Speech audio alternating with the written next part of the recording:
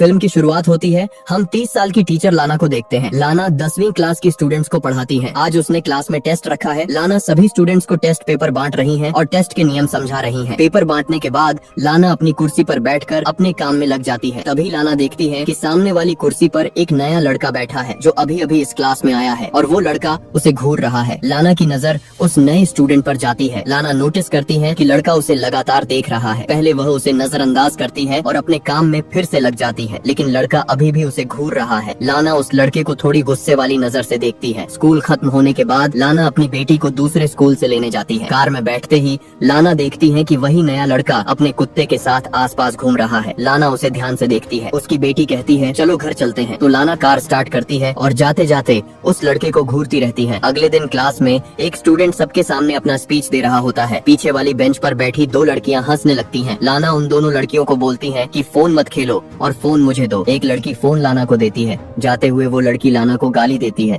लाना कहती है क्या कहा तुमने? तो वो लड़की कहती है क्या आप बाहरी हो? लाना कहती है मुझे पता है तुमने मुझे गंदी कहा। लड़की कहती है मैंने गंदी कहा? लाना उसे क्लास से बाहर निकाल देती है और वही लड़का फिर से लाना को घूर रहा होता है। लंच ब्रेक में जब लाना कॉफी पी रही होती है तो वह देखती है कि वही लड़का नीचे उस लड़की के साथ बदतमीजी कर रहा है जिसे उसने क्लास से बाहर निकाला था। वो लड़की का बैग फेंक देता है और साइकिल भी फेंक देता है। ऐसा लगता है कि लड़का लाना की डिफेंस कर रहा है और उस लड़की को सजा दे रहा है जिसने उसके टीचर के साथ बुरा बिहेव किया। लंच ब्रेक में लाना एक दूसरे स्कूल के टीचर से पूछती है कि ये नया लड़का ऐसा क्यों कर रहा है। टीचर कहता है लड़के का नाम बेनी है और मुझे नहीं लगता कि इस लड़के में कोई प्रॉब्लम है, वो बिल्कुल नॉर्मल है। जब लाना जानती है कि बेनी पूरी तरह से नॉर्मल है तो स्कूल खत्म होने के बाद वह बेनी से बात करने के लिए बुलाती है। वो बेनी को एक खाली क्लासरूम में ले जाती है और कहती है बैठो।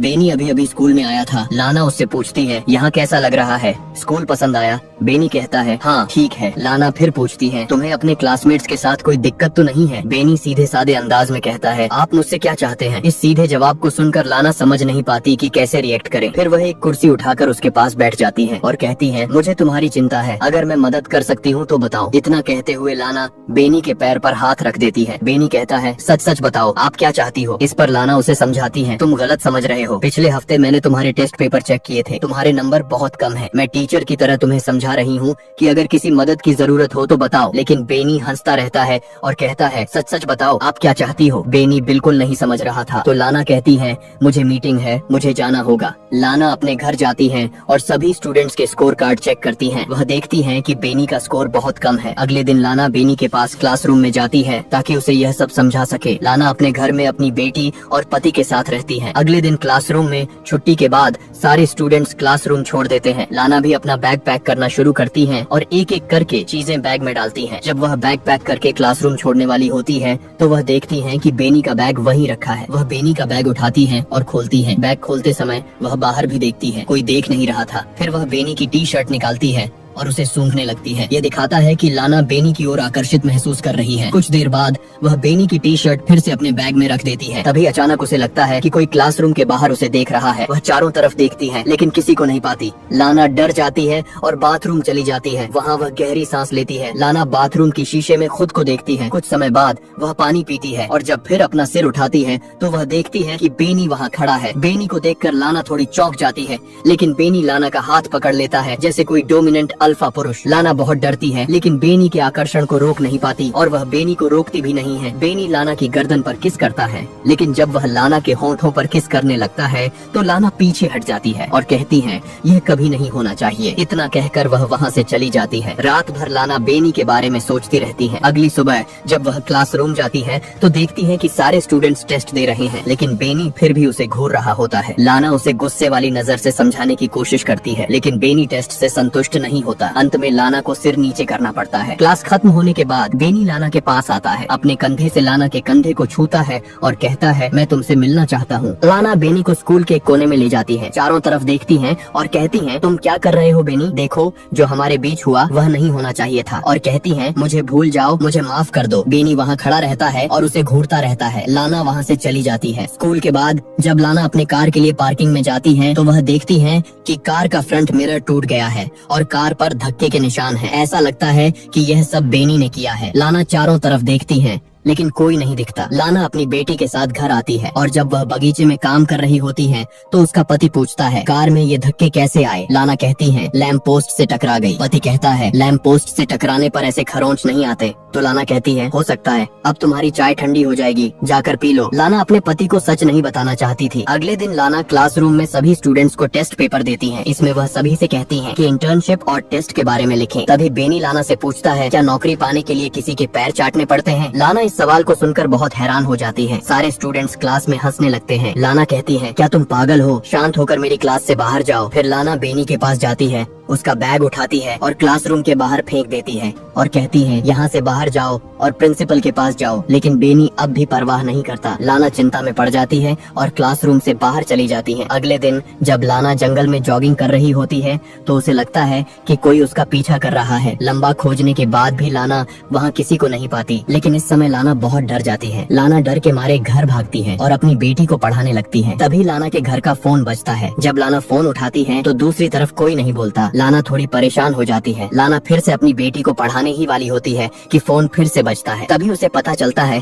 कि यह सब बेनी कर रहा है। लाना बहुत डर जाती है और फोन का रिसीवर नीचे रख देती है। अगले दिन जब लाना स्कूल जाती है तो वह क्लासरूम के बाहर से देखती है कि बेनी अंदर बैठा है। लाना बेनी से बहुत डर जाती है और क्लासरूम के बाहर सोचने लगती है कि जैसे अंदर जाने का डर उसे रोक रहा हो। लाना बेनी से इतनी डर गई थी कि वह रिसेप्शन में जाकर स्कूल से एक दिन की छुट्टी ले लेती है। फिर वह अपने घर चली जाती है और अपने पति के साथ समय बिताती है। अगले कुछ दिनों तक लाना स्कूल से छुट्टी लेती है। उसका रूटीन होता है कि वह अपने पति के साथ समय बिताती है, अपनी बेटी को स्कूल से ले जाती और घर छोड़ती है और घर के सामने झील के पास खड़ी रहती है। बहुत समय वहीं बिताती है। आज लाना अकेले आर्ट गैलरी में समय बिताने आई है। इस मॉडर्न आर्ट को देखने के लिए बहुत कम लोग आए हैं। लाना की नजर एक खास आर्ट पर जाती है। तभी उसे लगता है कि बेनी उसके पीछे है। वह घूमती है और देखती है कि बेनी सच में वहाँ खड़ा है। लाना बहुत डर जाती है और आर्ट गैलरी से बाहर निकल जाती है। सीढ़ियों से जल्दी नीचे उतरती है। फिर वह आर्ट गैलरी के दूसरे कमरे में जाती है, लेकिन वहाँ भी बेनी उसके पीछे ही खड़ा है। लाना देखती है कि वह लड़का जो स्कूल में उसके पीछे था अब आर्ट गैलरी में भी उसका पीछा नहीं छोड़ रहा। लाना बेनी से बहुत डर गई है। लाना आर्ट गैलरी के एक कोने में खड़ी हो जाती है, लेकिन बेनी उसके पास ही खड़ा हो जाता है। लाना कुछ देर सोचती है और फिर वहाँ से जल्दी जाने लगती है। लाना अब नीचे के फ्लोर की तरफ जाती है, लेकिन वह देखती है कि बेनी पहले ही नीचे पहुँच चुका है और अब वह भी लाना को ढूंढ रहा है। इससे लाना और ज्यादा डर जाती है। अब वह फिर से ऊपर की तरफ दौड़ती है। लाना जल्दी से लिफ्ट की तरफ जाती है और नीचे जाने के लिए लिफ्ट में जाना चाहती है। जैसे ही लिफ्ट का दरवाजा खुलता है लाना जल्दी से अंदर चली जाती है, लेकिन जैसे ही लिफ्ट का दरवाजा बंद होने वाला था बेनी वहाँ आ जाता है और वह भी लिफ्ट में घुस जाता है। बेनी को देखकर लाना नहीं जानती कि क्या करे। लिफ्ट का दरवाजा खुलने के बावजूद लाना पीछे हट जाती है और ऐसा लगता है कि जैसे वह बेनी को लिफ्ट के अंदर आमंत्रित कर रही हो। वह यहाँ से भागने की कोशिश भी नहीं कर पा रही।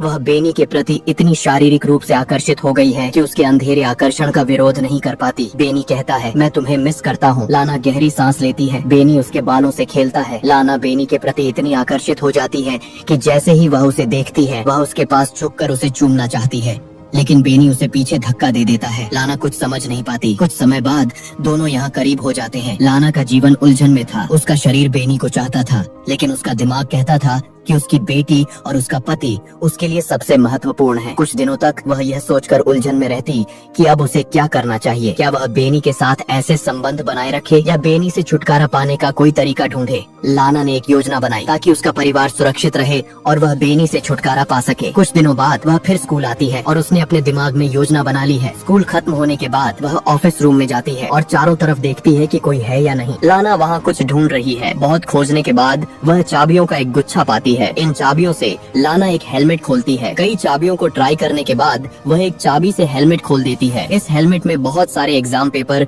अलग अलग लिफाफों में रखे हुए थे। लाना एक लिफाफा उठाती है और उसमें से एक पेपर निकालकर अपने बैग में रख देती है। फिर वह लिफाफा हेलमेट में वापस रख देती है और हेलमेट बंद कर देती है। वह वहाँ से चाबियाँ उठाती है और चुपचाप चली जाती है। स्कूल में लंच ब्रेक चल रहा था तो लाना सभी स्टूडेंट्स के कोट चेक करती है और बेनी का कोट ढूंढती है। फिर वह अपने द्वारा चुराया हुआ पेपर बेनी के कोट की जेब में रख देती है और चुपचाप चली जाती है। अगले दिन जब लाना स्कूल आती है वह बहुत खुश दिखाई देती है। वह देखती है कि बेनी पेपर चोरी की वजह से अब पुलिस द्वारा ले जाया जा रहा है। बेनी भी लाना को देखता है। वह लाना का चेहरा देखता है। उसमें एक अजीब सी शांति और अजीब सी मुस्कान है। आज लाना बहुत खुश है। अगले दिन लाना और उसका पति घर के पास झील में पिकनिक मनाने जाते हैं। वह वहाँ लंबे समय तक तैरते हैं और वह झील में गोता भी लगाता है। जब लाना झील से बाहर आती है तो वह देखती है कि उसका पति कहीं दिखाई नहीं दे रहा। वह चारों तरफ ढूंढती ढूंढती है लेकिन उसका पति कहीं नहीं दिखता। कुछ समय बाद वह देखती है कि उसका पति झील से बाहर आ चुका है। बेनी का डर अभी भी लाना के दिमाग से नहीं गया है। अगले दिन लाना स्कूल जाती है और वह देखती है कि बेनी की सीट अब खाली है। लाना को कल जैसी खुशी नहीं मिल रही, उसे बहुत अजीब सा लग रहा है। लाना क्लासरूम में बेनी की कल्पना करने लगती है। वह उसे भूल नहीं पा रही। जो समय उसने उसके साथ बिताया वह लगातार उसके दिमाग में आता रहता है। बेनी को उसने शारीरिक रूप से स्कूल से बाहर फेंक दिया, लेकिन मानसिक रूप से बेनी उसके दिमाग में पूरी तरह बसा हुआ था। कुछ दिनों बाद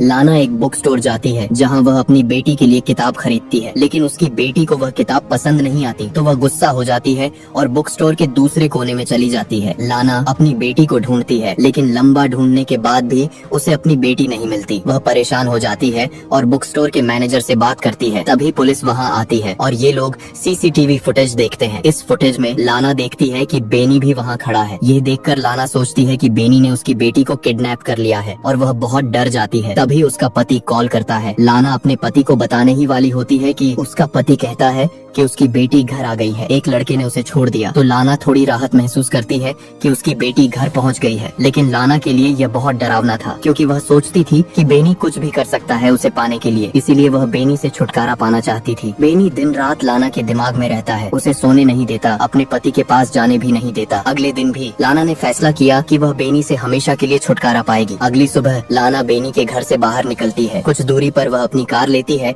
और बेनी का इंतजार करती है। बेनी स्कूल जाने की तैयारी कर रहा होता है तो लाना भी अपनी कार में उसके पीछे चल पड़ती है। बेनी स्कूटर तेजी से चलाता है तो लाना भी कार में उसके पीछे रहती है। वह अपने दिमाग में जो बेचैनी है उसे शांत करना चाहती है। जैसे हमेशा बेनी एक मोड़ लेता है। लाना देखती है कि आसपास कोई वाहन नहीं है और क्योंकि जगह बहुत सुनसान है, यहाँ कोई सीसीटीवी कैमरा भी नहीं है, तो लाना अपनी कार से बेनी को जोर से टकरा देती है, जिसकी वजह से बेनी मर जाता है। लाना यहीं नहीं रुकती। थोड़ी देर डर के बावजूद वह थोड़ी दूर जाकर अपनी कार रोकती है और देखना चाहती है कि बेनी मर गया है या नहीं। असल में बेनी सच में मर चुका था और इसी के साथ यह फिल्म खत्म होती है। याद रखें, सब्सक्राइब करें और नोटिफिकेशन ऑन करें ताकि आप और भी ऐसे वीडियो देख सकें।